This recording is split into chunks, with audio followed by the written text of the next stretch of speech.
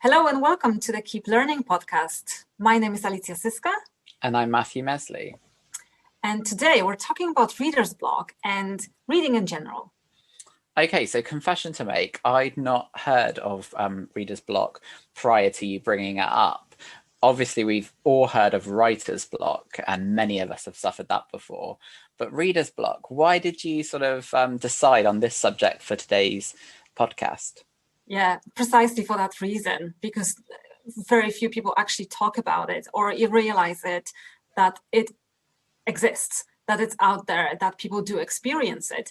And I think reading is often seen as such a natural ability. We're supposed to know how to read.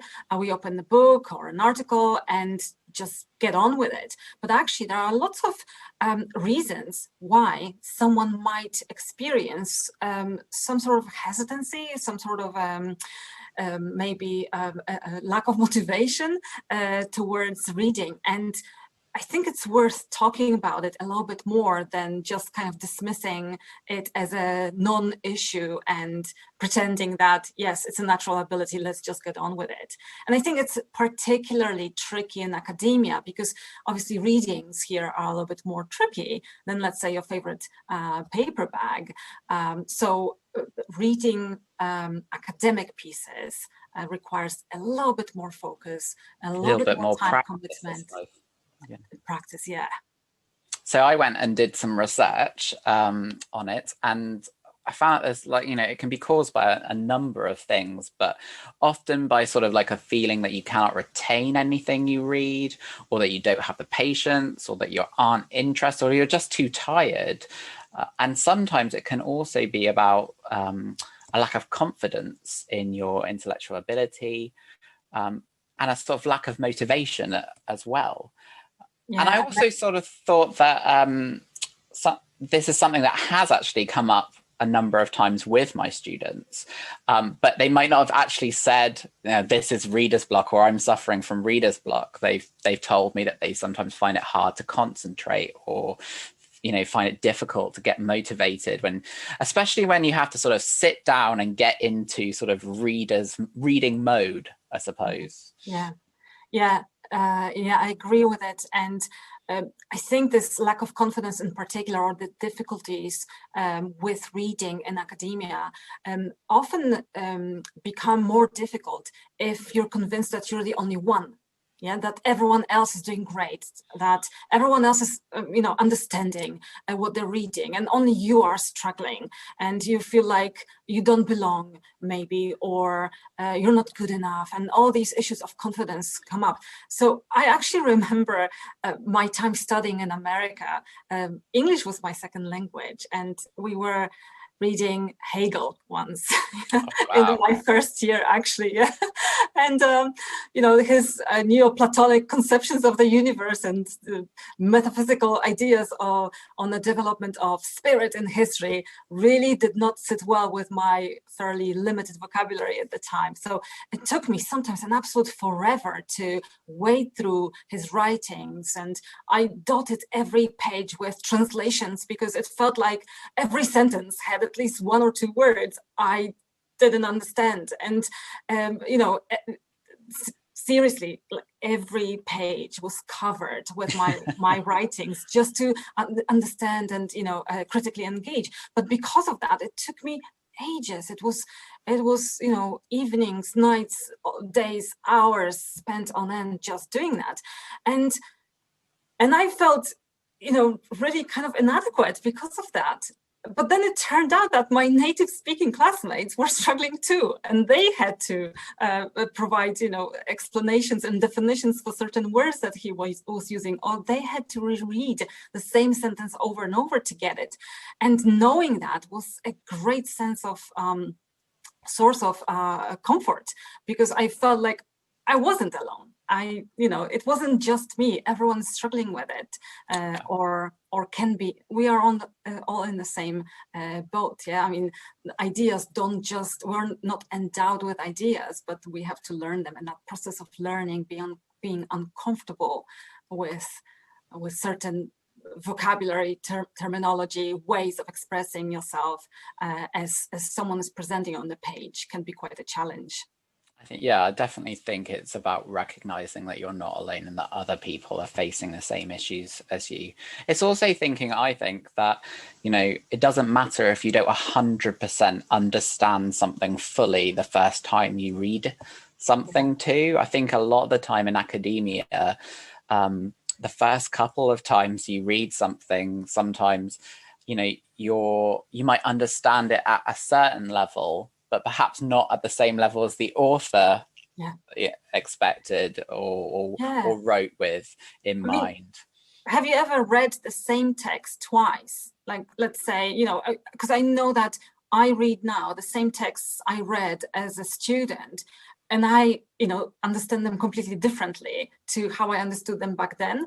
And, with different results, because it doesn't mean that, now I understand them better. I understand them just differently from a different perspective. I look sometimes there's also that eureka moment as well, isn't there, when you're reading something and you're like, wow, I think I'm starting to grasp what this means, or I can see what this could mean in this context. And I think we're always striving for that sort of moment in our reading too sometimes.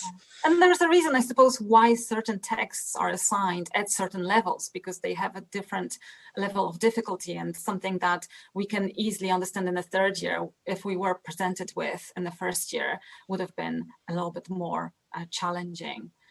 And sometimes your tutor wants to know, what these kind of texts make you feel, or how they provoke, or what are your sort of initial reactions to this particular idea or concept. I think that can be a really useful part of learning. Exactly. And I think that, reading for a degree is not necessarily, you're not expected to fully understand everything in the text. The idea is to gauge a reaction to it, to attempt an understanding, or see how it relates or how it resonates with you, and then have that discussion in the classroom with the others and exchange those ideas. How did you understand this part? Or I have no idea what that person is trying to say in this paragraph. So identifying these kind of thorny areas that can be then solved together. That's the kind of beauty of working with texts. I totally agree. I think there's so much pressure on students or a sort of perception that they have to understand something as soon as they read it. But the whole point often of giving you these readings and having these sort of seminars or workshops afterwards is to talk about, what you understood, or what you sort of attract, which parts of the text sort of spoke to you, I suppose, or what you found interesting or engaging. I think that's a really important part of the learning, to talk about what you found difficult or didn't understand. And your lecturers will understand that as well. Yeah, exactly. And also, different readings require different kind of reading, right? So one text will require more intensive engagement with it, and another one will not. So we can approach them in completely different ways. So maybe we could talk about the ways of approaching reading academic texts or reading in general, and maybe overcoming that block or that sense that we can't get through a particular challenge when it comes to reading. So we could start with something that actually is applicable to every challenge, whether it's reading or writing, for example. It's always good to start with easy, I would say. Easy texts, easier tasks, because if we start with the most difficult ones, we can get very easily demotivated, right? And just kind of feel like, well, if I can't do it, there's no point trying to do another one or trying something else. So starting with easier texts, easier prose on the subject can be good. So if you have a set of readings, articles, have a quick look which one seems to be the the most kind of digestible, and start with this one, so as to motivate yourself to go on with another one. So starting with the lightest reading, not the most difficult one. But I think also what can help with these difficult topics is to maybe look for alternative, sometimes maybe visual sources of information about it. So I don't know, whether it's the theory of relativity or literary criticism or Marxist philosophy, you can probably find YouTube video or a podcast or a documentary on the subject, right? And watching it is not to replace the reading, but more to kind of give it a flavor and easily understandable visual representation. You can then use to kind of connect the ideas with within the text itself. I know that lots of students do this because they tell me, okay, there's this new subject. They go and find a visual explanation of it, and somehow it allows to create that breakthrough in terms of how they relate to a more difficult academic text. Yeah, confession to make, I've often used those same YouTube videos in seminars as well, because I think they can often be really useful at introducing a topic, and they're often sort of very engaging as well. So, they instantly hook your attention often. Yeah, and sometimes that's all we need, right? Yeah. Just to kind of break through this initial negative spell of another turgid reading. I'm going to also say that although old-fashioned, I love some of those introduction to study guides that you find, or a very short introduction to. I remember doing that in my degree, reading sort of an introduction to Foucault, and that sort of really helped in terms of simplifying some of the concepts that were sort of more complex and tricky in the sort of reading that we were expected to read. So that can often be useful too. But yeah, YouTube videos and introductions can both be really helpful, I think. Yeah. Okay, so what else can we do to kind of break it down a little bit or be strategic? Yeah, I think something that I remember doing a lot was, especially if you've got a long reading list, is sort of going to the books or going to the sort of text that you need to look at and figuring out what you really need to read from that sort of text and that book. So obviously I'm not saying you shouldn't read journal, like a whole journal article or a whole chapter, but sometimes especially if you're dealing with books, for instance, it's worth sort of considering what's most relevant, and that means maybe looking at the content page, sort of checking for headings and subheadings. Also, often introductions, or at least they should be really good at sort of introducing what that particular book is going to concentrate and focus on, and so it can sort of immediately let you know where in that book you might want to sort of look at. Other things you can do, obviously, I wouldn't say to do this just on its own, but you could go to the index, and if there are particular words that you want to sort of look at or focus on, that might be another thing that to look at. But don't do that only. Do that sort of as well as.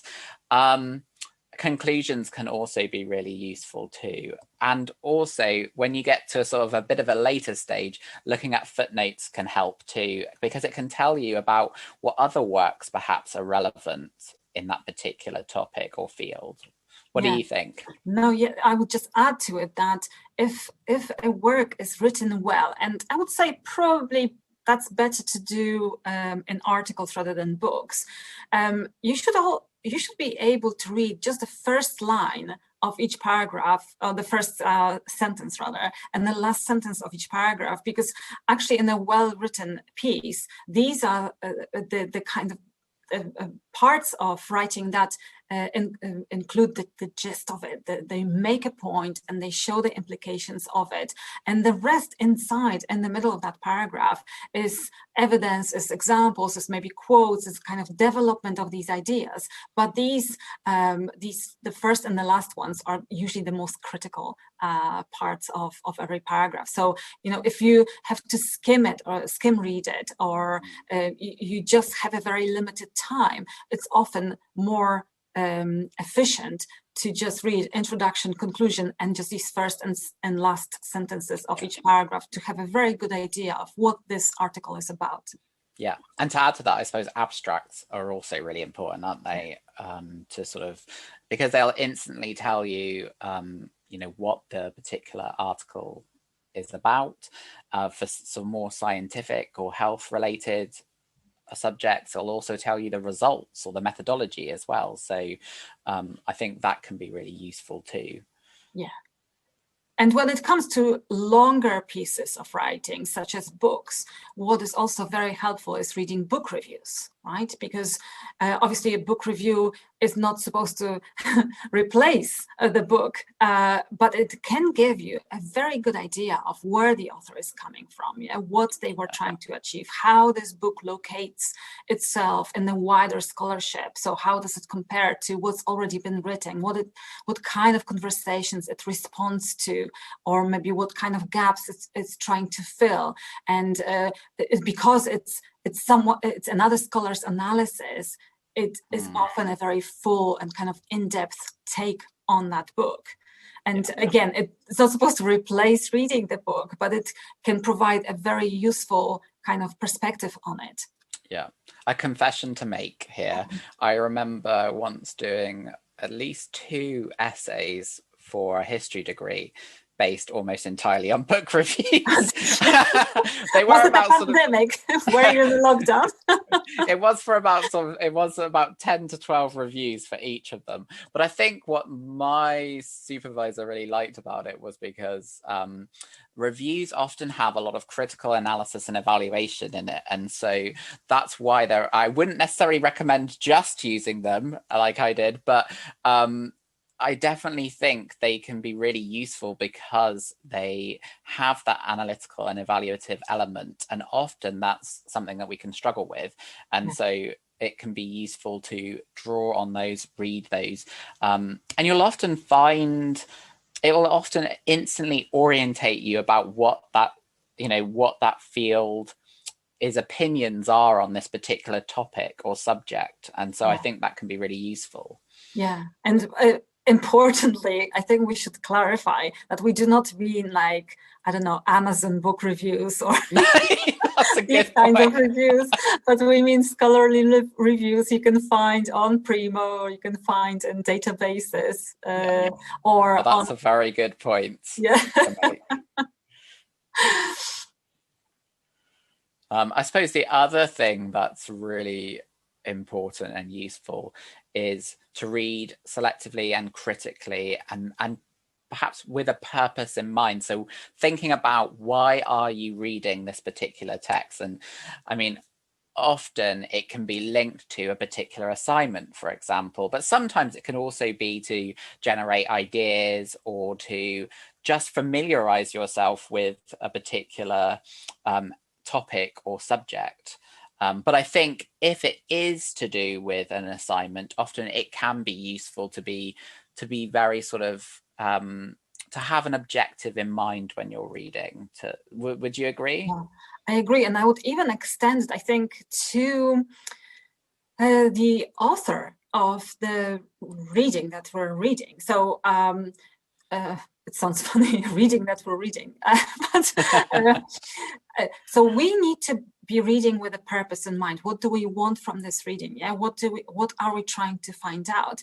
But I think it's also important to think about what was the purpose behind the author's intent to write that book or article. So everyone comes with a certain perspective in mind when they tackle a particular topic. So knowing and kind of being able to discern that perspective in a reading is also a very valuable ability, right? That comes with time. I don't think takes practice. It does take practice. It does take, reading a lot, and actually reading about readings. Yeah. So when we mentioned book reviews, reading book reviews really shows us how others have interacted with the text. And you may have read the same book, the book reviewer, and you're like, I never thought about it this way, right? I never would have actually maybe identified these particular issues in that book. So it's really a good way of training yourself to be able to even extract certain critical points from a book, just by seeing how others have done it. So that's the kind of additional advantage of it. But it also reminds me of something. I recently was actually listening to a different podcast, and okay. But the person, I actually can't quite remember the name. I think it was Ian McGilchrist. Sorry for mispronouncing his name. He's an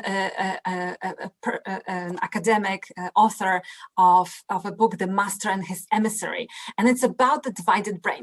And I know this is, that's not my field, definitely not my expertise. So I'm like, I'm on the shaky ground here talking about this. But what I found really interesting in him talking about this book, he picked up this idea of the divided brain, where the left brain is more intellectual than the right brain, and lots of the scientists actually dropped it for a while because it became kind of controversial to talk about it. But he picked it up and he said something really interesting about it, that the left part of the brain is good with things like reading, the language, writing, etc. So these kind of basic skills. So it's the left part of the brain that reads the text for you, but it's the right part of the brain that actually analyzes this for you. Without the right part of the brain, you wouldn't understand what the left part of the brain is reading. And I found it fascinating because that's sometimes how we read. We sometimes read something just for the sake of reading it, but actually we don't really process the information properly. We don't read critically or analytically.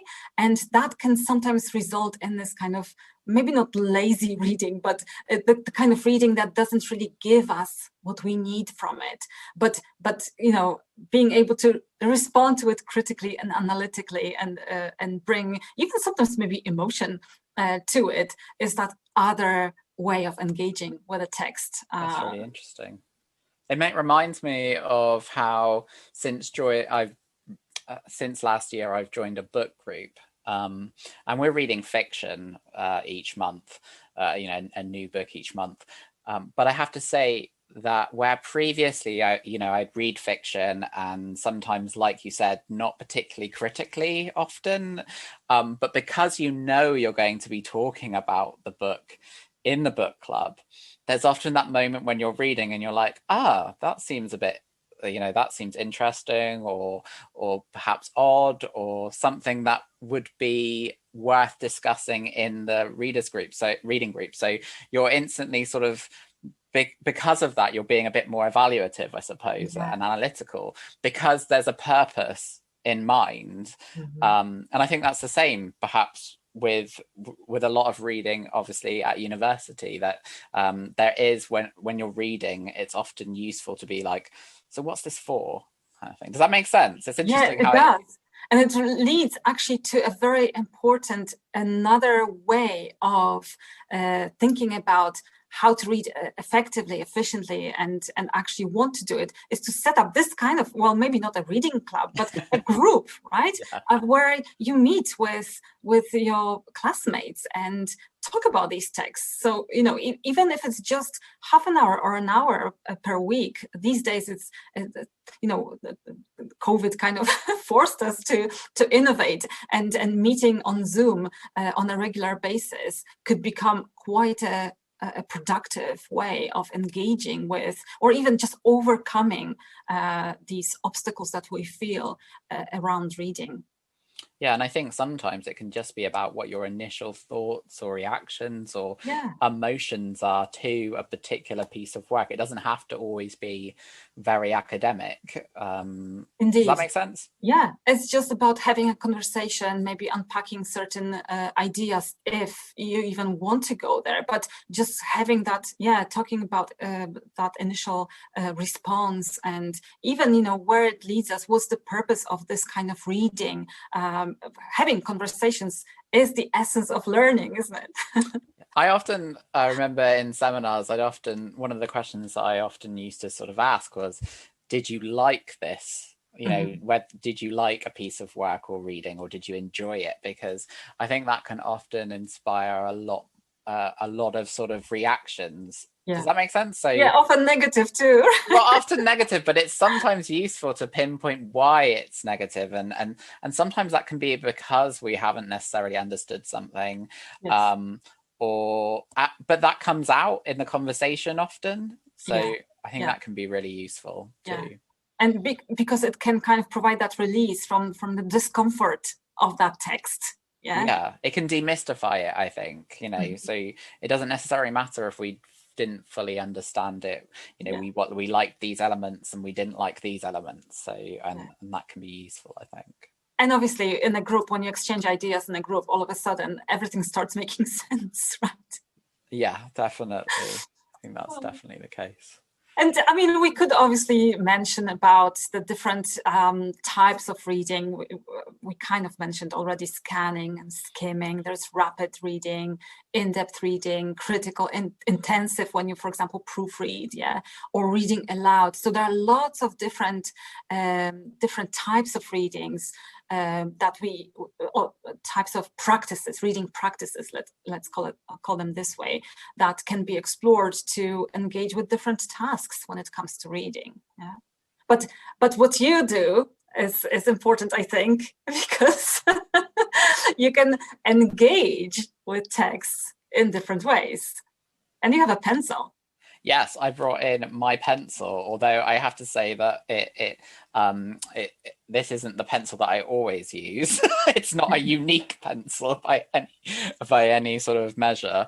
But the reason why I brought it for our sort of item of the week is because I have a habit of always having a pencil with me when I read. Because whether it's fiction or non-fiction, academic or non-academic, I like to have a pencil and I think it's because I've got into the habit from, you know, at university, I was there a long time. I still am. Of sort of making notes, not on your library books, I should make clear, but sort of making pencil jottings or notes on your own books. If like a and this could be often if it was a word that I didn't understand or a quote that I particularly liked and thought was going to be useful. But I still do this now with fiction works, Yeah. because I think it is about that sort of the whole essence of this podcast about keep learning. That I use this pencil because even when I'm reading fiction, because I want to keep learning and I'm interested in sort of different languages and different words and expressions and things like that. Yeah. Although I now have a Kindle, so I don't use the pencil on that, I should point out.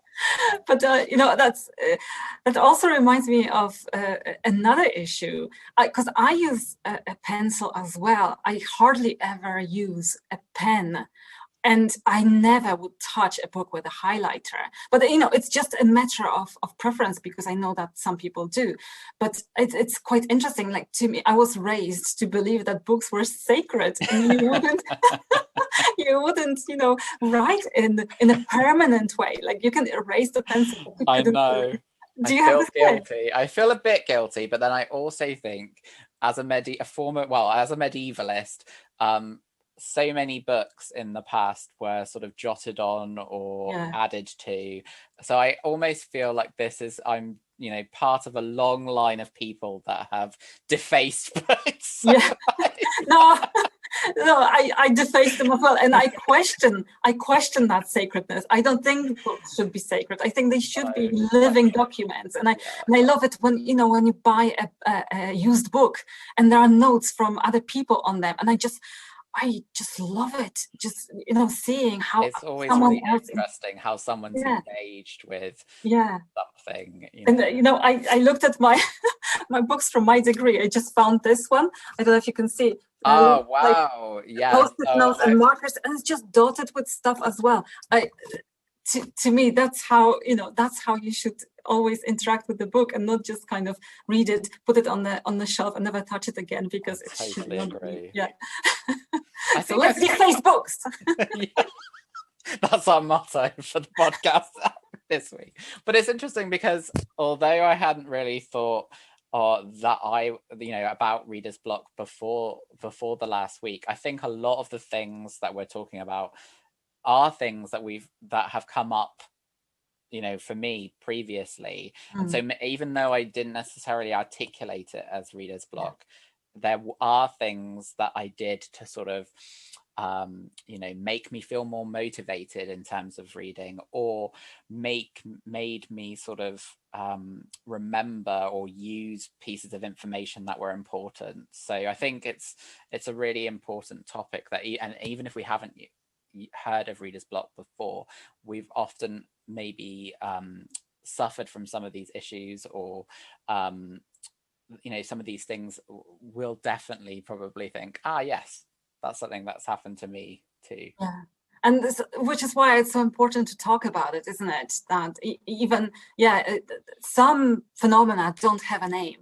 They don't have a name, but all of a sudden they gain a name, like reader's block. But they have always been there. So talking about them makes them feel like, well, yeah, that's just part of life. And I think, or part of studying. But always, to me, it's always good to come back to that question: why am I doing this? Yeah, why am I'm doing this because I want to gain knowledge. I want to keep learning.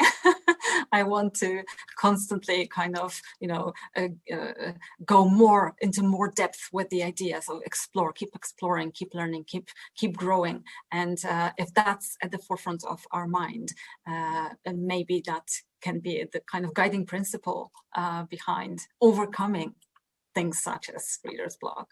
Definitely. I think that sort of ends the podcast with a really positive note. Yes.